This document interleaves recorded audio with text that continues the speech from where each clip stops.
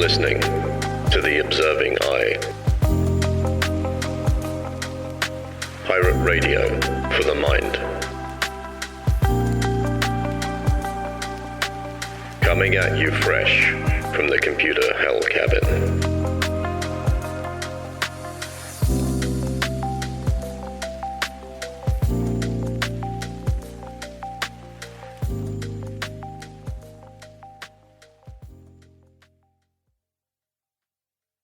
Hello, you beautiful lot. It's Friday, the 16th of June, 2023, and episode 21, I believe, of The Observing Eye. If you're new, welcome aboard. If you're returning, welcome back. As always, before we start each episode, I like to take a moment to exercise some self-reflection. So let's take a moment to contemplate the good things that have happened this past week.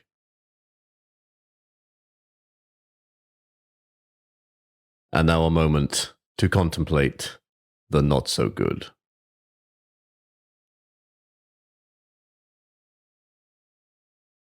In today's episode, I'm going to be talking around self-narratives and how they can both hinder and empower us. I want to expressly put a caveat at the beginning of this episode, however, because what I don't want people to do is to infer some kind of endorsement of the idea of manifestation, which is particularly popular at the moment. I am not into the idea of manifestation. I do not believe that through the sheer power of will and repetition of affirmations, that one can command the universe to do the bidding of the self. If anything, it's just a drastically arrogant and egocentric view of the world. Let's think about it. Why is one person so fucking special and unique that the universe would just give you gifts like some kind of divine Santa Claus? No, it doesn't happen. And I may lose some listeners by saying that, but I don't actually give a shit. That's my thoughts on it, essentially. No manifestation. What I do think is useful when it comes to self-narrative and, things like affirmations, I think they can be useful, but from a self-narrative perspective, I do believe that if we have a specific vision and the narrative aligns with that vision, it is not so much around, us manifesting it into existence. It's because our effort and our focus points towards a specific goal. So that's in turn going to make it more likely that you're going to achieve that goal, essentially. That's where I'm coming from with this stuff. That's the angle. So, let's start, shall we? Self-narratives. Self-narratives. When I talk about self-narrative, I essentially mean the way that we talk to ourselves. And I am genuinely, what's the word? Troubled? Not troubled. Perturbed. Perturbed is better. Slightly disturbed by the way that some people communicate with themselves. And I say this just through things that come up in conversation, essentially. And what's interesting is when you challenge people, when they speak really badly to themselves and they essentially treat themselves like shit. When you challenge them and you say, well, would you speak to somebody else like that? They're horrified. They couldn't even imagine or envisage saying what they say to themselves to another, but they're quite happy to talk to themselves that way. And I think that's a really dangerous mindset, a really damaging, essentially. I think the most important thing that we have to consider when looking at self-narrative, self-talk, whatever you want to call it, is that we need to act with compassion. Compassion begins with the self, and then it extends outwards. And we really need to try to be compassionate to ourselves. I'm not saying that, we need to be compassionate to the point where we don't hold ourselves accountable, because I think accountability, and I'll get onto this shortly, accountability is very important. We need to hold ourselves to a certain standard, and we need to not chastise ourselves when we don't meet the goals or the things that we set ourselves, but we should be accountable. We should reflect on what was our thinking around not doing what we set out to do, essentially. why didn't we hit the mark? What was going on there? And it should be a self-reflection exercise rather than a self-admonishment exercise. I'm not into self-flagellation. Save that for the Catholics. I want to understand the reasoning behind why I'm procrastinating, or why I'm just not really engaging with what I've set myself to do, essentially. What are the emotions that are going on around that? What's my thinking? Am I making excuses for myself? I catch myself sometimes just telling myself little white lies, I think, to make the scenario, the context better. But then it's like, well, hang on a minute. That's not a valid excuse whatsoever.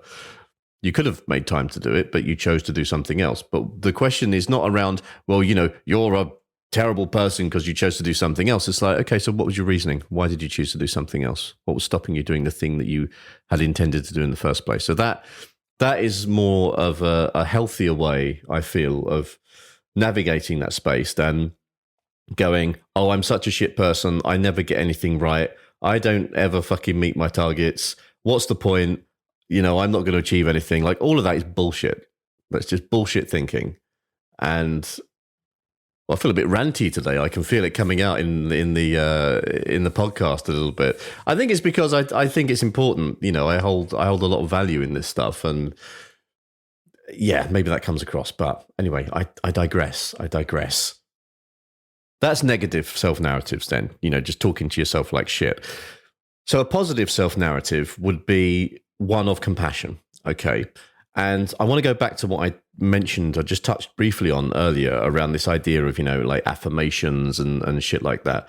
So as I said, I don't think affirmations are a bad thing. I think, things like, I will be a millionaire in a year, that's questionable, okay? Because it's very vague. But I think if you've got an affirmation of something like, I want to be in this position in work within a year, or I want to have written a book within a year, I'm going to write a book in a year, right? That's your affirmation. So that feels a little bit more achievable because there's like a target. There's something to aim for. And it acts as a reminder, like a totem, to put in the effort and the work to do it. So if an affirmation can enable us to become focused, can enable us to inject effort, I think that's great. What I don't think an affirmation is good for is using it as some kind of Aleister Crowley-esque magical manifestation, as though the universe is your personal fucking Argos and is just going to dump things in your lap because you wish for it hard enough. The cosmos is not a genie. Rub it 3 times and fuck all happens, basically. So I think, yeah, let's look at affirmations in the sense of they're useful if they provide focus. Okay. One thing that a lot of these kind of schools of thought around affirmations don't teach, though, don't take into account, I should say, is the fact that the universe is a place of uncertainty. And to quote Buddha, the only thing that is certain is change. So as much as we can tell ourselves that we're going to do something in a certain time frame, or we're going to achieve this thing, the universe will throw stuff at us that we won't expect. So, just because you've got the mindset and the focus and the effort doesn't mean it's going to necessarily come out the way that you think or expect it does. But I like the idea. Something that always comes to mind for me is that, when people talk about, where you're going to be in 5 years, where you're going to be in a year, and all of these like nonsense interview questions, I think, to me, the most important thing to remember is that if you tend to the present, then the future will tend to itself. And what I mean by that is that if you put in the appropriate effort and time and discipline, and you build up those habits, aiming towards the thing that you want to get to, your great achievement, your great goal, then you are making headway towards it. That doesn't guarantee it's going to happen, but it's a damn sight more likely that you're going to get there because you're injecting energy into it. And I think that's the key with this personal narrative stuff. Like, if we're going to tell ourselves, if we're going to A, be compassionate, and B, tell ourselves we're going to get somewhere and achieve something, then that's fantastic. But don't attach too many expectations to it. I think the process of just putting in effort and being disciplined is of itself an incredible fucking achievement. I think that's something we should aim for. And we should really place more credit and more kind of focus on that as a thing rather than the end goal. Let's focus on the process. Let's focus on the journey and not the outcome. Because it's in that process and that journey that we grow as human beings, and we learn a lot about ourselves through self-reflection practices and what have you. So, yeah, self-narrative. Be mindful of how you speak to yourself. I think that's the most important thing. And if the only thing that anyone takes from this, my 4 audience, I love you all. If anyone takes anything from this, it would be to just notice how you communicate with yourself and question it. Don't accept it. If you're talking badly to yourself, think, well, why am I doing that? Where's that coming from? You don't deserve, no one really deserves to be treated like shit. So don't treat yourself like shit. As I said, compassion begins with the self. You've got to be compassionate to yourself. Talk about self-compassion all the fucking time. I think it comes up in every episode, and there's a reason for it. And it's because it's important. You've got to be kind to yourself. And I'll say that every episode going forwards, I feel, because it needs to be said and people need to hear it. Well, that felt suitably soapboxy, didn't it? Standing on my cardboard box, preaching about self-affirmations and narratives and be kind to yourself. Yeah, that did. Well, hopefully it's useful. And I think that's all I'm going to say on it. I think that's enough. That's enough before I really get into rant country. I am feeling ranty today. I want to have a good old rant. I might just go and rant at the cat. No, I won't. I think that's animal abuse, and I don't condone that, obviously. I don't know. Got to get some energy out of my system, I think, and this has been a good way of doing it. Thank you, as always, to my lovely 4 listeners for spending some time with me today. Your presence is noted and much appreciated. Hopefully it's been of some use.